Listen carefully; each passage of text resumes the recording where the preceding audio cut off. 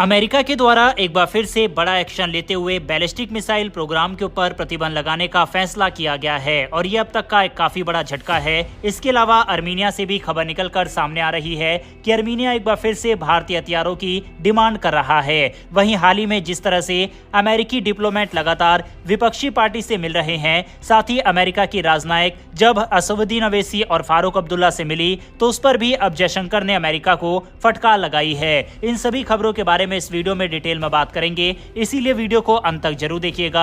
साथ ही चैनल पर पहली बार आए हैं तो नीचे दिए गए सब्सक्राइब बटन को प्रेस कर बेल आइकन को दबा ले, जिससे हमारी डेली ऐसी वीडियो आप तक सबसे पहले पहुंच सके। पहले बात करते हैं इस समय का सबसे हॉट टॉपिक यानी कि अमेरिका के द्वारा लगाए गए प्रतिबंध के बारे में। यह प्रतिबंध अमेरिका के द्वारा चीन और पाकिस्तान के ऊपर लगाया गया है। इतना ही नहीं, अमेरिकी स्टेट डिपार्टमेंट के प्रवक्ता मैथ्यू मिलर ने कहा है कि उनका सख्त रुख पाकिस्तान के खिलाफ बना रहेगा। इस बार अमेरिका ने पाकिस्तान के बैलिस्टिक मिसाइल प्रोजेक्ट में चीन की मदद पर प्रतिबंध लगाया है। जिन चीनी संस्थाओं पर यह प्रतिबंध लगाया गया है उन पर पाकिस्तान को बैलिस्टिक मिसाइल कार्यक्रम में सप्लाई करने का आरोप है। हालांकि इस अमेरिकी फैसले पर फिलहाल पाकिस्तान की तरफ से कोई प्रतिक्रिया नहीं आई है, लेकिन पाकिस्तानी मीडिया का रोना जरूर शुरू हो चुका है। अमेरिका ने पाकिस्तान के बैलिस्टिक मिसाइल प्रोजेक्ट और तकनीक के प्रसार में शामिल 5 चीनी कंपनियों और एक व्यक्ति पर प्रतिबंध लगाया है। अमेरिकी स्टेट डिपार्टमेंट के आदेश 13382 के तहत Beijing research institute of automation for machine building industry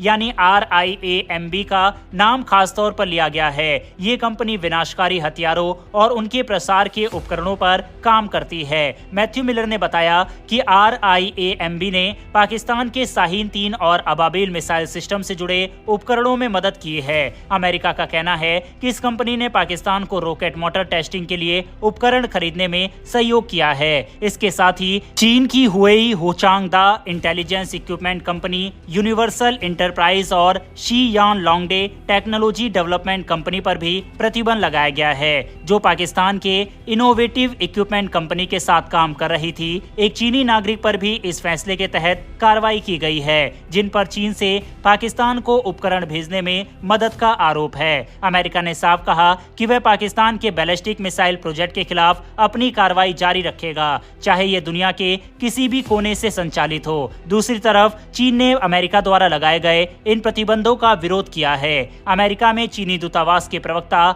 Liu पेंगयू ने कहा, चीन एक तरफा प्रतिबंधों का सख्त विरोध करता है क्योंकि इन प्रतिबंधों का अंतर्राष्ट्रीय कानून या संयुक्त राष्ट्र सुरक्षा परिषद के तहत कोई आधार नहीं है।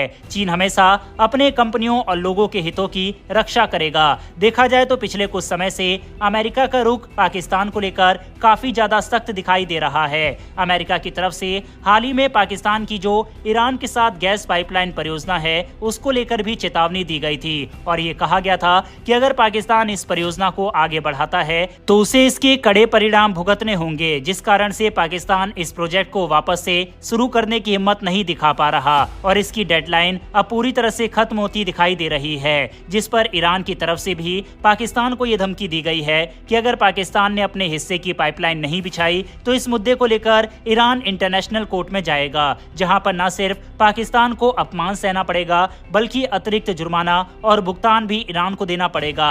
साथ ही इस पाइपलाइन परियोजना से भी उसे हाथ धोना पड़ेगा। यानी कि इस समय चारों तरफ से पाकिस्तान को मुंह की खानी पड़ रही है।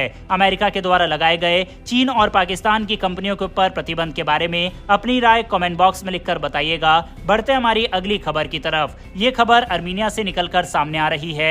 दरअसल अजरबैजान, तुर्की और पाकिस्तान के तिकड़ी का सामना कर रहा मध्य एशियाई देश अर्मीनिया भारत से और ज्यादा अत्याधुनिक तोपें खरीदने जा रहा है। अर्मीनिया ने इच्छा जताई है कि वह भारत से 155 mm के advance towed artillery gun system को खरीदना चाहता है। इससे पहले अर्मीनिया ने साल 2022 में भारत को 6 तोपें खरीदने का ऑर्डर दिया था। इन तोपों को अगस्त 2023 में अर्मीनिया को सप्लाई कर दिया गया है। ये पूरी डील 15 करोड़ 50 लाख डॉलर की थी। भारत की ये तोपें अर्मीनिया की सेना को काफी पसंद आई है, इसी वजह से अब ज्यादा तोपें खरीदना चाहता है। इससे पहले भी अर्मीनिया पिनाका रॉकेट सिस्टम समेत कई हथियार खरीद चुका है।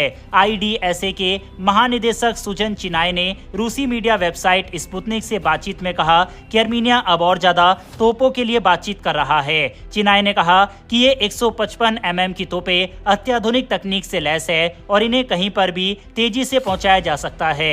इससे दुश्मन के ठिकानों पर बहुत ही सटीक तरीके से हमला बोला जा सकता है। इन तोपों की ताकत से अर्मीनिया की सेना बहुत प्रभावित हुई है। इससे पहले भारत ने अर्मीनिया को स्वाति रडार दिया था, जिससे दुश्मन के हथियारों को सटीक लोकेशन मिल जाती है। ये पूरी डील 4 करोड़ डॉलर की थी। साल 2024 में अर्मीनिया और भारत के बीच एक रक्षा समझौते पर हस्ताक्षर हुआ था। ये समझौता दोनों ही देशों के रक्षा मंत्रालय के बीच हुआ था। इसमें सैन्य तकनीक के सहयोग और सैनिकों की ट्रेनिंग शामिल है। भारतीय रक्षा मंत्रालय के मुताबिक अर्मीनिया ने 60 करोड़ डॉलर के हथियार साल 2024-25 में खरीदे हैं। बता दें कि नागोर्नो काराबाख को अजरबैजान की सेना के हाथों गंवाने के बाद अर्मीनिया ने रूस का साथ छोड़कर अब भारत और फ्रांस से हाथ मिलाया है। अजरबैजान को पाकिस्तान, तुर्की और इजराइल से हथियार मिल रहे हैं। वहीं भारत की तोपों की बात करें तो ये अपनी कैटेगरी की सबसे अच्छी तोपें हैं। इन्हें ऊंचाई वाले इलाकों में आसानी से तैनात किया जा सकता है। भारतीय सेना भी इस तरह की 310 तोपों का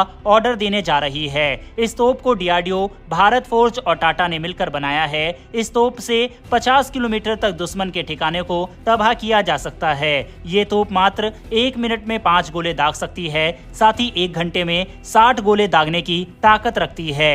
युद्ध की दहलीज पर खड़े एक देश के द्वारा लगातार भारतीय हथियारों की खरीद करना ये दिखाता है कि भारतीय हथियारों पर दुनिया का भरोसा अब धीरे धीरे बढ़ता जा रहा है। इसके अलावा भारत अब एक हथियार निर्यातक देश के रूप में अब उभर कर सामने आ रहा है। भारत के साथ डिफेंस सेक्टर में कोलैबोरेशन करने के लिए इजिप्ट, ब्राजील, फिलीपींस, अर्मीनिया जैसे देश लाइन में लगे हुए हैं। बहरहाल क्या आपको लगता है कि अब समय आ गया है कि भारत को अपने अत्याधुनिक मिसाइल और हथियारों की डिलीवरी अर्मीनिया को करना चाहिए, या फिर उसे बड़े बड़े ऑफर देना चाहिए, या फिर बड़े हथियारों को सौंपने से बचना चाहिए जिनमें ब्रह्मोस, प्रलय जैसी मिसाइल है? इस पर अपनी राय कमेंट बॉक्स में लिखकर बताइएगा। बढ़ते हमारी आज की अंतिम खबर की तरफ। अमेरिकी राजनयिकों के असउद्दीन अवैसी और उमर अब्दुल्ला समेत कई विपक्षी नेताओं से मुलाकात और चुनाव को लेकर की गई टिप्पणियों पर अब भारतीय विदेश मंत्री एस जयशंकर ने बहुत करारा जवाब दिया है। जयशंकर ने शुक्रवार को जिनेवा में कहा कि उन्हें अन्य देशों की ओर से भारतीय राजनीति पर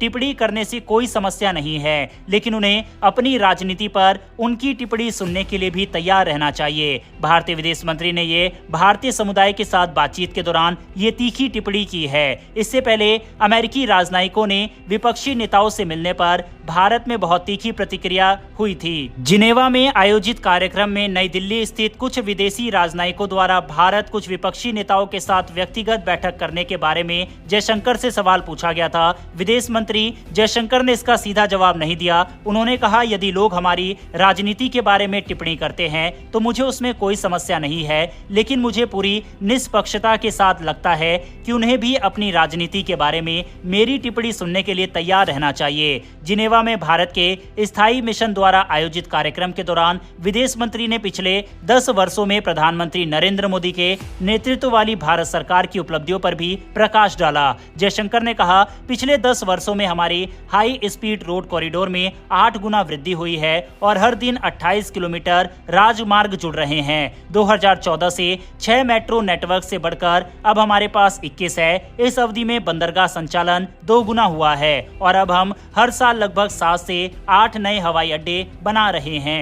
बुनियादी ढांचे जो अतीत में हमें बांधे रखता था अब बदल रहा है। वैसे दोस्तों, आपके हिसाब से जिस तरह से लगातार अमेरिकी राजनयिक भारतीय अपोजिशन पार्टी से मुलाकात करते हुए दिखाई देते हैं और भारत की इंटरनल पॉलिटिक्स पर कमेंट करते हुए दिखाई देते हैं, क्या ये सही है नहीं? इस पर अपनी राय कमेंट बॉक्स में लिखकर बताइएगा। फिलहाल इस वीडियो में इतना ही। उम्मीद करता हूँ कि आपको ये इन्फॉर्मेशन और वीडियो पसंद आई हो। अगर वीडियो पसंद आई हो तो वीडियो को लाइक करके हमारी आने वाली डेली ऐसी वीडियो के लिए चैनल को सब्सक्राइब कर बेल नोटिफिकेशन अवश्य दबा लें। फिर मिलेंगे ऐसी एक नई वीडियो के साथ। धन्यवाद। जय हिंद।